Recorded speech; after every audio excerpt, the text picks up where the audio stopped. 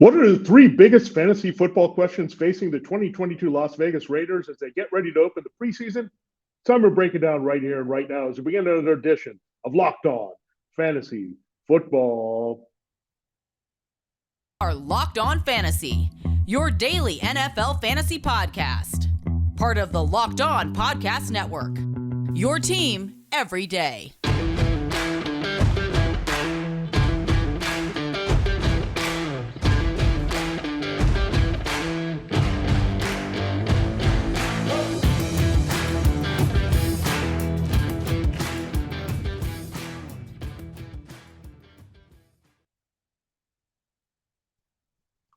Greetings, everyone, and welcome to another edition of the Locked On Fantasy Football Podcast. As usual, I'm your host, Vinnie Iyer, and I'm not doing this already about NFL and fantasy football for sportingnews.com. Here, it's time to almost close our series looking at all 32 teams and the key fantasy football questions for the 2022 season. We're down to our last division, the AFC West. We've already talked about the Broncos and Chiefs. We did that to close last week. If you missed any of the previous looks at any of the teams, check it out. 30 teams are up. Two more to go. One of them are the Las Vegas Raiders. They get the spotlight to start this week on a Monday. Then we'll close this series with the Chargers there on a Tuesday. We did have the big Deshaun Watson news drop here on Monday. We'll break that down in depth for you and how to deal with that in fantasy football on Wednesday. So we'll switch gears and start looking at fantasy football draft strategies that you want to look at, where you want to draft players, where you want to avoid players, sleepers, busts, mock drafts, all that coming up this month to help you dominate your draft at the end of the month or in early September. So looking forward to that. Thanks for making Locked On Fantasy Football your first listen today. We are free and available to you on all platforms. And I also can tell you that this episode is brought to you by BetOnline. BetOnline has you covered the season with more props, odds, and lines than ever before. BetOnline, where the game starts. All right. Time to look into the Las Vegas Raiders. Speaking of gambling and looking at a team that has some upside here for offense, definitely you look at the Raiders and what they can bring to the table with Josh McDaniels taking over as the new offensive-minded head coach. You also had another big addition here, Davante Adams, arriving in the wide receiver core. So we'll get a question about the wide receiver core, and we'll make it a little bit more general, but focusing on Adams in our second segment. But first, like we do with all these teams, we focus on the quarterback first. Is Derek Carr the hottest sleeper in fantasy football? Now, he's going, according to Fantasy Pros, his ADP is in the QB2 range, but the early QB2 range. So outside of the deep leagues, the 14-team leagues, he's going 15th in most situations here. And a lot of quarterbacks going ahead of them are the ones that finished last year. You also have some rising stars, Trey Lance. Now that he's been named the 49ers starting quarterback, he's in the top 12. Matthew Stafford, Aaron Rodgers, those are some of the names that have been slipping out of QB1 realm here. But Derek Carr just outside those guys. And the numbers have been going up for Derek Carr. I think he settled well into the offense last year, but now he gets a better offense here with McDaniels. They're going to make better use of the Raiders' weapons overall and maybe not force it in the running game as much. They're going to open it up. That's what McDaniels does well. He doesn't just put them in a spot where, okay, we're going to try to run the ball and pound it with Josh Jacobs and try to play defense with that, looking at Kenny Drake and Zamir White and having some depth there. Really, you're looking at the Raiders being a pass-first team. They should be. When you have Davante Adams as a true number one, you've got some other guys as well that are established in Darren Waller and Hunter Renfrow. These are guys that Derek Carr has developed amazing chemistry with over their time in Las Vegas.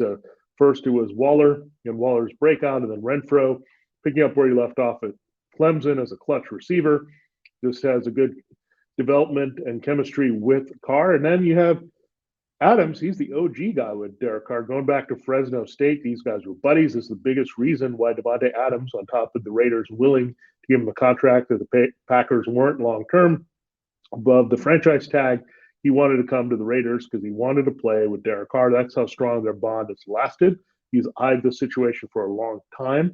There's been some comparisons made with the way Derek Carr plays in Aaron Rodgers style. Carr just hasn't done it as a high level and hasn't had the Super Bowl success or the MVP success, but the talent has been there, and I think now the weapons are there. And he's just gotten better as he's gotten older here and seasoned. I think he's been through a lot of different quarterback coach changes, offensive coordinators, different wide receiver cores. Remember, he started early in his career with Amari Cooper and Michael Crabtree.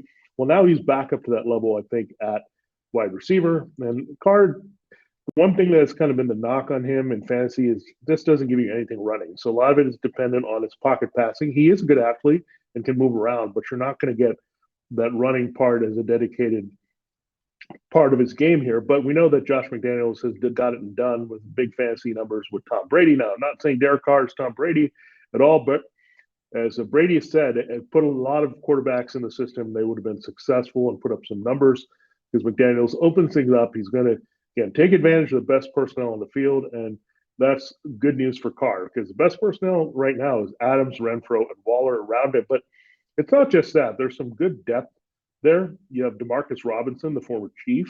He is some good value. Keelan Cole has had his moments with the Jaguars and the Jets. He's here as well in this receiving core. They moved on from Brian Edwards. They moved him to Atlanta. So there's a lot of changes around Renfro here where there's some legitimate guys. So Adams drawing the attention on the outside, Renfro working the slot, Demarcus Robinson, a big body there that helped Patrick Mahomes quite a bit. So this receiving core is upgraded beyond Adams, and that's something we have to keep in mind. And I think they'll have more passes to the running back as well. We know that element with James White has been a big part of the Patriots offense. So Waller is an elite tight end. So you have a pretty deep receiving core. You have your outside guy, your slot guy. You have your tight end that's special that can stretch the field as well. So everything lines up pretty well here for Derek Carr. And the numbers will shoot up. I mean, he's a guy that's now seeing high passing volume. And again, McDaniels is not going to shy away from that. And also, let's keep in mind this division here with the Chiefs and Chargers and Broncos. It's all about the quarterbacks, right? We know Justin Herbert's going to put up big numbers. Patrick Mahomes, both these guys are high-end QB1s right up there with Josh Allen. And Russell Wilson is coming in as a QB1 in the top 10 as well. So, like Carr, maybe better than Wilson. I think because of the establishment with Renfro and Waller and then having Adams. So when you look at the trio of Cortland Sutton, Jared Jeudy, and Tim Patrick there in Denver, you feel like the weapons are much better in Las Vegas. The only question really is the offensive line. I think you do a little bit better, but the system, getting the ball out quickly. Carr is a good rhythm passer. He's got guys that can open themselves up pretty quickly in the short or intermediate routes. The other good thing is Renfro has been a pretty good touchdown scorer for his size. Waller's another big body in the red zone. Adams, we know, is a double-digit receiving machine there, scoring-wise. So we really like what the Raiders can do overall, and I think that's going to help Derek Carr. So sometimes we don't look at the weapons and where the sources of production come from, but the Raiders have plenty of that here. And I think it wasn't just Adams, but these other receivers and the presence of McDaniels really feel confident about what Carr can do, and I think he's going really undervalued here. There's some guys that would definitely take him over. Or looking at Stafford, I think there's a case that he can go over Stafford. Looking at Rodgers, even there's a case with Adams switching teams here. So good stuff there that we'll look at, and we'll examine the Raiders passing game more in our second segment. So we'll actually take wide receiver second here because that's a pretty big question here with Davante Adams and the rest of this core that includes Waller from tight end. We'll address that. Then we'll look at the Raiders backfield. So a little bit out of order than we usually do, but we'll get to all the key questions. Don't you worry about that. Before we do that, I'm going to tell you about an exciting new sponsor here on the Locked On Network. It is Dave, and just like the name, D-A-V-E, levels, maybe we've all been in a situation at some point in our lives when we're a little tight on cash. Maybe you can only afford to pull a few gallons of gas in your tank, or you could think about going to a wedding and you had to get a wedding gift, so then you're worried about that cost. Well, guess what? That's where Dave can help. If you're living paycheck to paycheck or struggling to make ends meet, it can be really stressful when unexpected expenses come up. Now, Dave can help you get out of a pinch when you really need it. Hindsight is 2020. You can't change the past, but what if you could get a little help from your future self?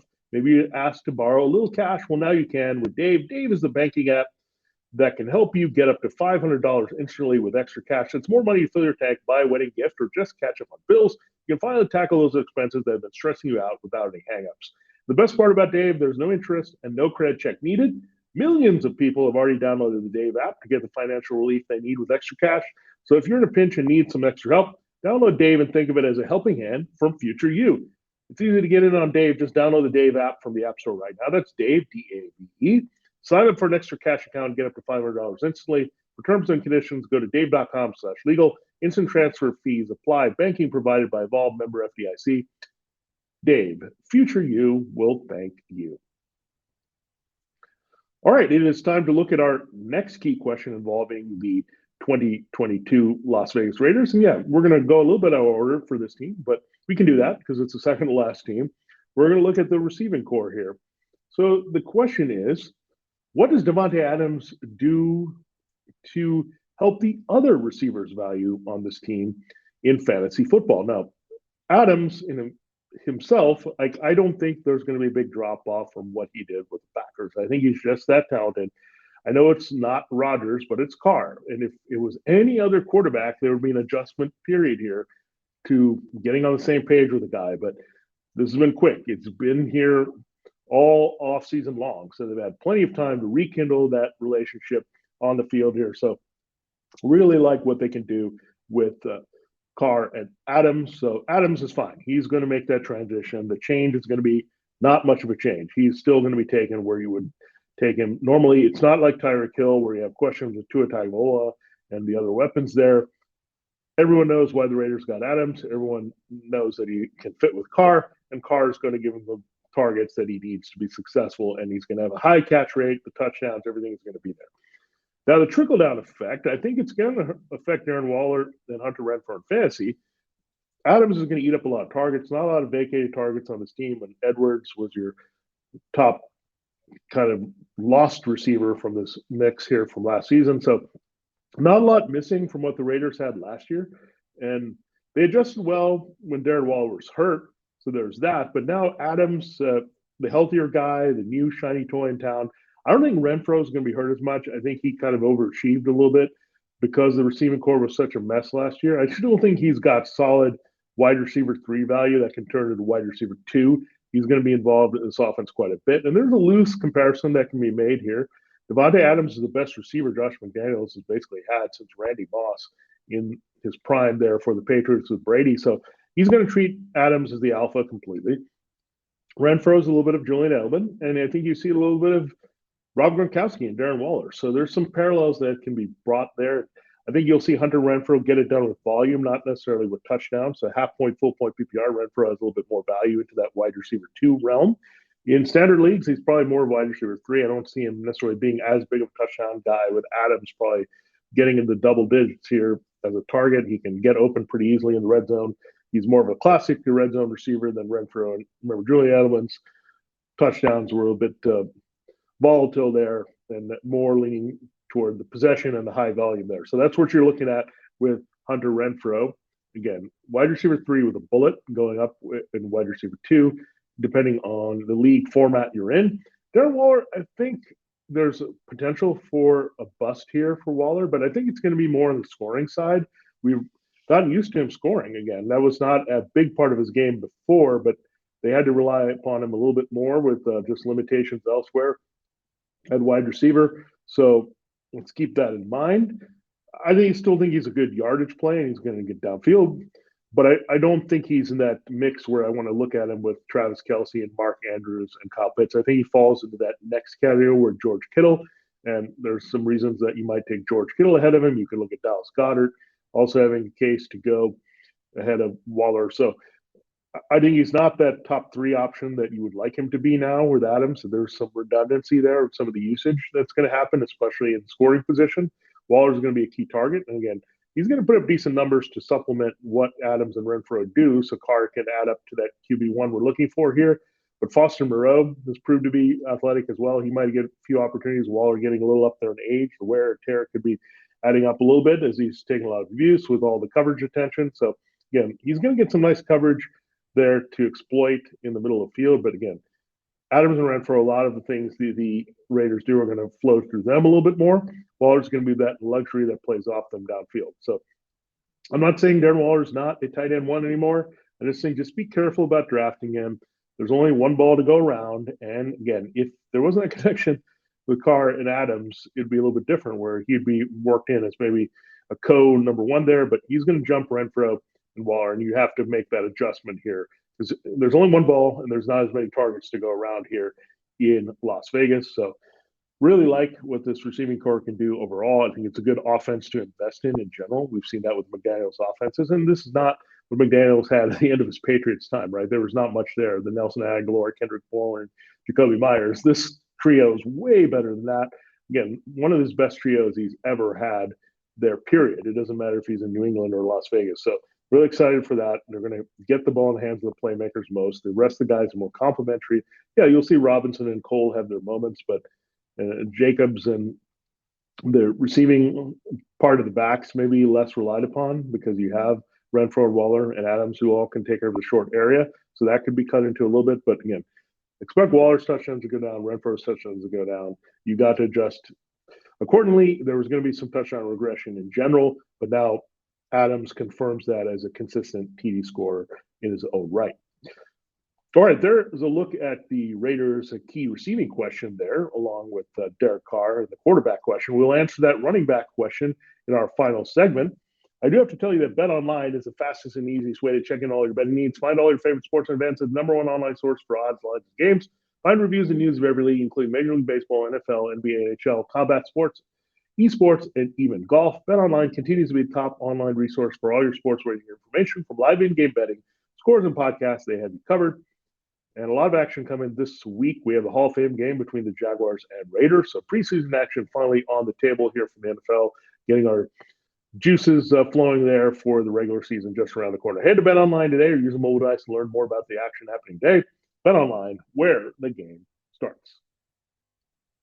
All right, it's time to close the show looking at the Raiders' key question at running back. And it's going to revolve around the sleeper here in this backfield. And it's a two-part question. Do you trust Josh Jacobs? And how much are you willing to invest in Zamir White? So, yeah, we're just totally overlooking Kenny Drake here. Totally, we get it. He's the number 2 back right now. But it's the Patriots-like backfield. It's unpredictable. New guy taking over.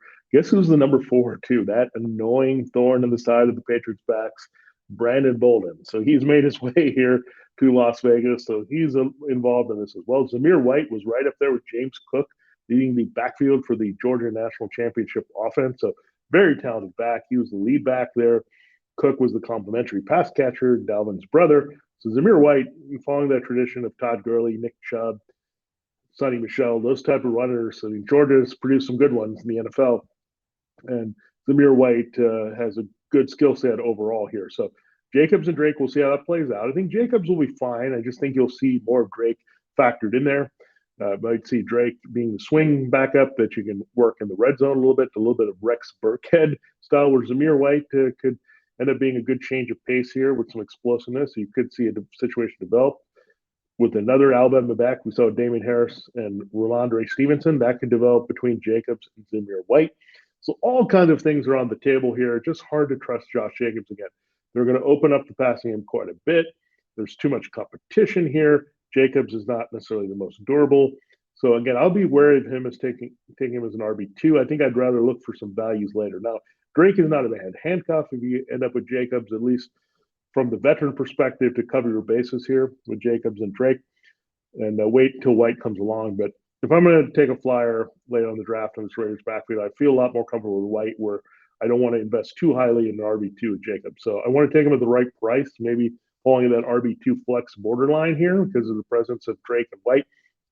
Yeah, but I'm way more interested in the Raiders passing game. Another reason I like Derek Carr as a sleeper, that I think this is going to be a pass-first, pass-heavy team out of necessity as well, because I think this defense is not going to be very good overall beyond Max Crosby in relation to the other defenses in this division. So you'll see the Broncos being able to throw the ball around here with Russell Wilson, Herbert, Mahomes. We talk about these games in the division could be absolute shootouts here. And the Raiders are in the weakened position defensively. I think the Chargers defense is pretty good. Broncos still have some pretty good pieces, minus Vic Fangio. And you have the Chiefs kind of established with their scheme under Steve Spagnuolo. So the Raiders defense is the biggest liability in this division. And when you have bad defense and the game script could be negative and you're back and forth with another quarterback, there's going to be more passing. So I would not be surprised if this became an absolute pass-happy team out of necessity and out of strength as well, not just playing to a strength, but avoiding weakness and realizing that's where we have to go. So Again, I don't want to invest too much in the Raiders' backfield in general. You have to get Jacobs. Make sure you protect your investment either with another Raider. I prefer to go to another team to make sure you have a pretty high upside RB3 just in case things go south with Drake and White usage here. And if you're looking for a late sleeper and you're just not sure, Zamir White is a good name to throw out just for the talent there. So James Cook, Zamir White, I do want some shares of them. I love both of them at Georgia. I think they made a good combination, and they're in really good situations to see some contributions. White actually might have a little bit more appeal going forward if Devin Singletary has more commitment there from the Bills. But something to look over overall. This Raiders backfield, again, it's temporary expectations. It's not going to be the ground and pound type situation. And there's also some touchdown competition for Jacobs. So keep that in mind. So I would lean towards a flyer in Zamir White late drafts versus investing too highly in Jacobs early in drafts. And then Kenny Drake, if you get stuck and you want somebody as a flex play that could get your cheap touchdown or an early season handcuff, you can go there. But he's kind of in the middle somewhere. When the wide receivers and running backs dry up a little bit, you can go there or use them as a short-term handcuff for Jacobs. But other than that, not interested in the overall use of Jacobs versus trying to get White or Drake later. All right, there you have it. There's a look at the Raiders and their fantasy football key questions here for 2022. We will close with the Los Angeles Chargers, our final team that we'll look at tomorrow. A lot of excitement over that team. Justin Herbert, his receivers, Austin Eckler. Excited to break that team down for you. Thanks for making Locked On Fantasy Football your first listen today. Now make your second listen to the Locked On NFL podcast. Plenty to talk about there with the Deshaun Watson fallout. Our national NFL experts and insiders keep fans dialed in with the biggest stories, latest news from around the league, because an offseason doesn't equal breaking the action. For Locked On Fantasy Football, this has been Vinnie Iyer. Have a great day, and we'll close it all up with the Chargers preview tomorrow.